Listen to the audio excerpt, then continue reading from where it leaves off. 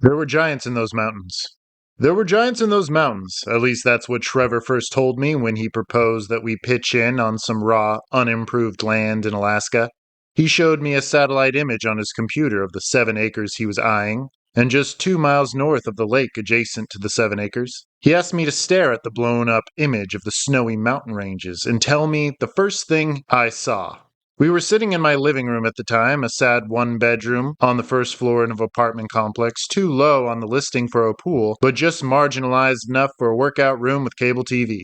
The price on the lot was reasonable, but only because, I reminded him, it was virtually unreachable. No one ventured that far north in Alaska, save for the few survival shows we watched on TV, and they were promised hundreds of thousands of dollars for their efforts. He assured me that the land was reachable, but with the right know-how. He tried to convince me that there were vast networks that were forgotten, but that were apparent on any map, which had been constructed by highly advanced civilizations in the past. They were heavily obscured by tree cover at this point, but the entrances to these access routes were still marked by the bodies of the dead men and women that built them all those eons ago. I pictured in my mind sparkling gates of bone or something along those lines, but he told me to set aside those fantastical images cast from the silver screen and unfocus my eyes as I stared at the satellite image on his beat-up laptop screen.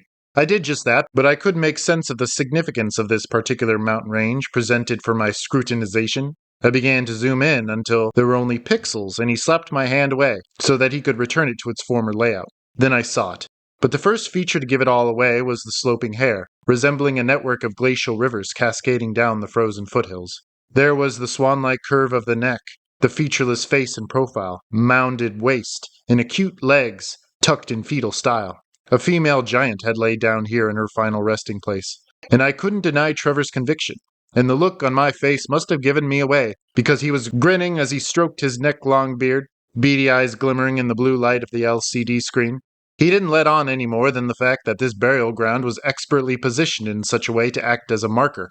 Her grave wasn't far from a notoriously treacherous river inlet that dumped out into a 4-corner arrangement of lakes, one of which linked directly with the lake catty-corner with our land. Most locals would dissuade the less experienced tourist or outdoorsman from braving this curving river highway, but Trevor was adamant that there were several more of these above-ground giant graveyards, each marking an entrance into this byway. Trevor had done his research to show that no hunting groups, fishing boats, or shipping containers utilized this river, overlooked on most maps and unnamed unintentionally, simply because of the mythos that weighed heavy on its apparent history, passed down from generations of the Eskimos, from word of mouth. He told me about the green doors that were once protected by these giants. They were like shortcuts or portals that could be used to bypass long stretches of brutal land, too unsafe for traveling. He would find the door at the mouth of this fantastical river and find safe passage to our land from there. He wanted me to come too, of course, but these campfire stories weren't enough conviction for me to endanger my life in such a way. He seemed to understand in some way, perhaps because he knew that he couldn't properly organize his thought process for me to follow. I remember that he also mentioned something about the enigma of the number 19. The coordinates to our land were marked by this mysterious number, or combinations of the string of numbers added up to 19, always 19.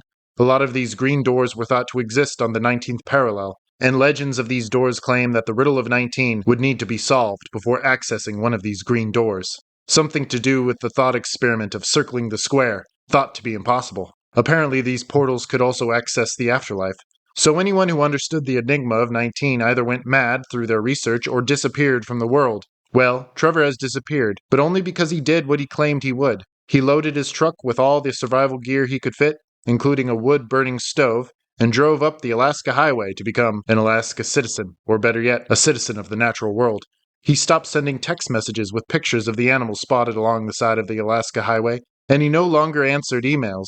The last I heard from him, he was bumming it in a campsite, helping the camp host build cabins for the summer season. He remained in high spirits, excited to have found a lake that would provide him access to the above-mentioned river system. And then, when winter rolled around, I heard nothing from him, and I assumed that he was either hunkered down for the season or had found access to the unnamed river in the Green Door.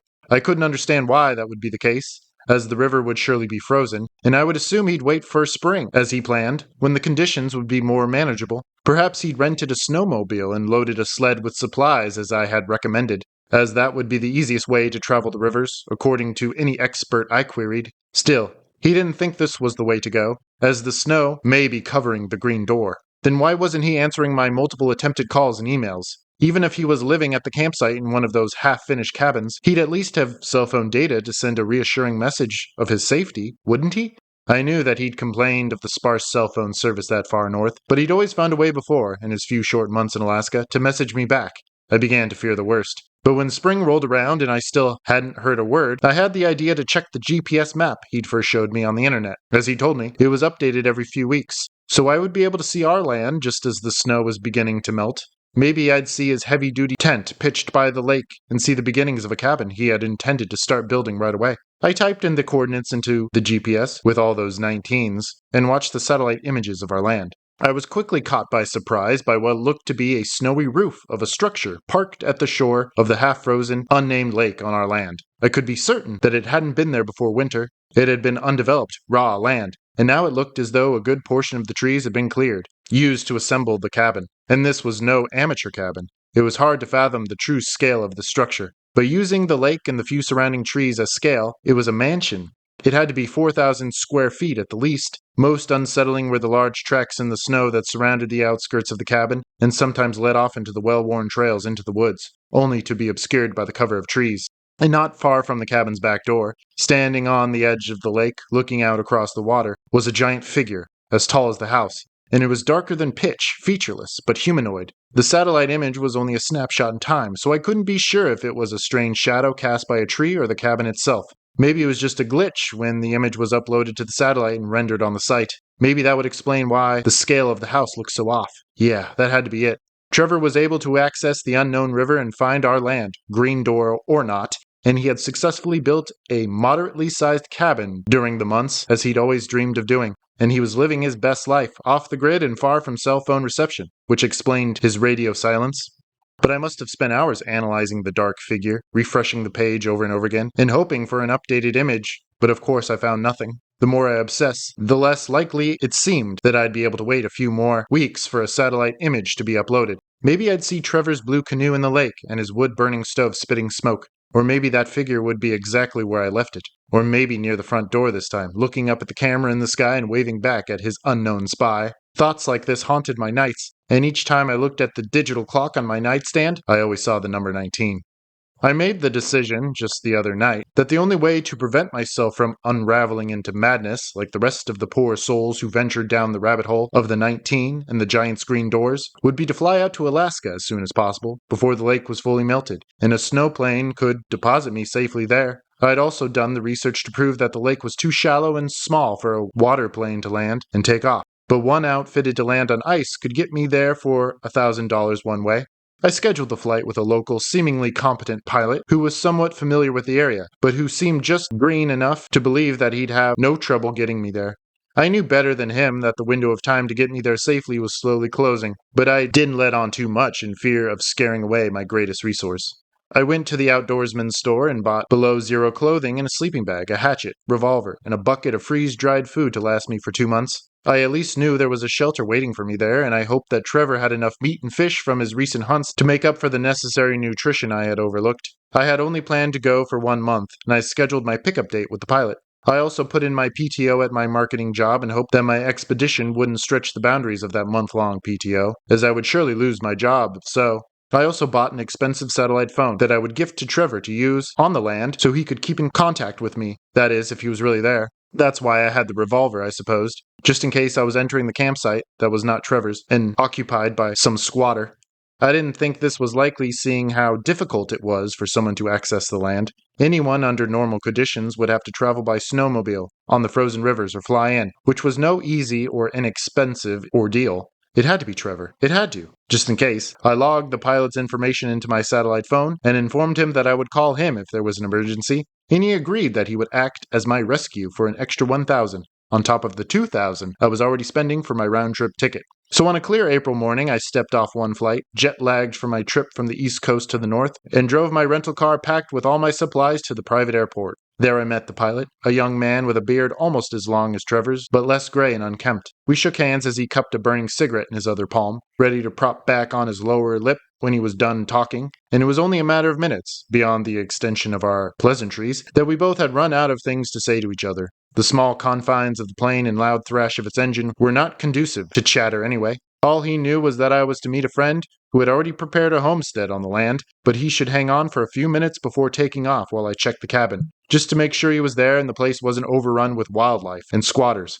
The flight was sketchy to say the least, and my stomach beat inside my throat with my heart. My knees remained pushed up against my chest as I hugged my knees. I was told that the best chance of survival in a plane crash was to put your head in your lap and hug your knees. That was all I could think to do as I watched the many rivers and lakes zoom out into mere children's rain puddles in the patchwork of green and blue and white slated mountains below us. I'd never seen anything more beautiful and death-defying in my life, and I prayed to God for what seemed like the first time in a lifetime. My pilot seemed experienced enough to level his wings, but he chose to make drastic turns and drops in altitude that were questionable in the moment, but I could see how he was testing pockets of turbulence and dropping out if it seemed too hairy. Thankfully, the flight only lasted a short but notable 40 minutes, and we were soon circling Trevor's Lake, still white with snow and ice, although there were threads of blue showing on the shore. The cabin was much more noticeable now, and I could see that the pilot had spotted it right away, lining up his nose with it. It was huge, there was no doubt, and the pilot even exchanged a look with me, one complete with raised eyebrows. It was the size of a hunting lodge you'd see on any of the large, more accessible lakes down south. It was still rustic, which was easy to tell, and constructed from fallen trees in the surrounding area, but not pieced out into strips of lumber as Trevor surely would have done with his chainsaw, but constructed out of whole logs. Like giant Lincoln logs, pine trees had been stacked up 3 stories tall to make up the exterior of this mansion, and the dark figure was there on the shore. I saw it before the pilot, which was as tall as the first 2 floors of the cabin. Now, with the afternoon sunlight as reference, I could see that it was an unmoving effigy of some kind, constructed from woven branches and draped in dead greenery. Here stood a scarecrow, at least 30 feet tall, and it glared out at us with a single red-colored cyclops eye set like a sparkling jewel inside a carved wooden pyramid as big as the plane. The pilot landed safely and hurried to help me with my bags. As he went rummaging in the back, I hopped out into the brisk air and stepped onto the hard-packed sand of the lakeshore. I couldn't see any sign of Trevor's boat or footprints in the recent fallen snow. If the giant tracks had been there, as they were depicted on the GPS, they had long been covered, and nothing had been around recently, as far as I could tell. But there were no signs of life, which was most unsettling. I couldn't see any wood piles around a tree stump for a chopping block, as Trevor would have prioritized. I couldn't see any tools, no axe or chainsaws, which didn't seem like Trevor at all, and I would have been smelling smoke on the air from his fire. Trevor would have always had a fire burning if he was on site, so I could be certain that he'd left, perhaps on a hunting trip with his rifles. The pilot piled my long duffel bag and 0-degree sleeping bag at my feet and glanced up at the scarecrow for the first time with me. The red eye was indeed some kind of glass object, as it caught the light in an alien way that seemed to light up the grounds. Here was a green foliage-adorned giant, with long arms and legs in the form of tree trunks, and that horrifying pyramid head, serving as a lighthouse for distant travelers, or a warning. The pilot shook my hand, more hurried than before, and this time he forgot his cigarette in the snow as he rushed to climb into his cockpit. I yelled at him to stop and wait for me to check the house, but he was already in the front seat with the front propeller whirling. I watched with my hand shaded from the glaring sunlight as he slid across the soft ice and lifted off into the air. I wondered if he'd recognize the giant from legend. I wondered why Trevor would waste so much precious calories necessary for his survival to construct a monstrosity like that. Had he built it at all? I couldn't see how a man could do so, not without frames and pulleys to lift such large trees. Then I had to remember that the cabin constructed in front of me made even less sense. A one-man construction project. I counted 19 trees stacked up for each wall of the house. It towered before me like a wall, and I ventured past the scarecrow into the massive doubled back doors of timber, expertly cut and sanded down and fitted with heavy nails. The doors creaked open on their steel hinges, and I was surprised to see that the house was one empty shell with a vaulted ceiling of wooden rafters. There were not multiple floors, as the outside seemed to hint at. There were no windows on the back side of the house, where the scarecrow was situated, but there was one large glass window at the front of the house, which provided the interior with an abundance of light. It looked out at the mouth of the forest and its strangely linear trees, all growing in a line like a plantation. There was no furniture, only a giant-sized fireplace in the corner with a stack of unburned firewood. And even though it felt musty, the interior smelled of pine. I would have thought that Trevor would have outfitted his cabin with his wood-burning stove, as it was his pride and joy when he was living in the campground. I could almost be certain that he had never entered this cabin, and I could also be certain that no one had even spent the night in here. It was clean, with no soot in the fireplace or mud or snow tracked onto the hardwood floor, except from what I'd carried on the soles of my own boots. I closed the doors and saw that there was a heavy bolt that I could slide down in place in front of the doors like the interior of a castle. I set my things by the fireplace and marveled at how empty the place felt, as large as a football field, and with nothing to fill it with. All I had was that giant window, which I saw was cut out in the shape of a rose window with curved edges. This was not the work of Trevor. He would not have even bothered with a window. And where had he gotten glass like this? I could also be certain somehow that the window was 19 feet tall. I stared out the window for what felt like hours, watching as the shadows from the trees traced along the clearing to touch the thresholds of my wilderness cabin, which I now suspected had been built just for me. To be continued.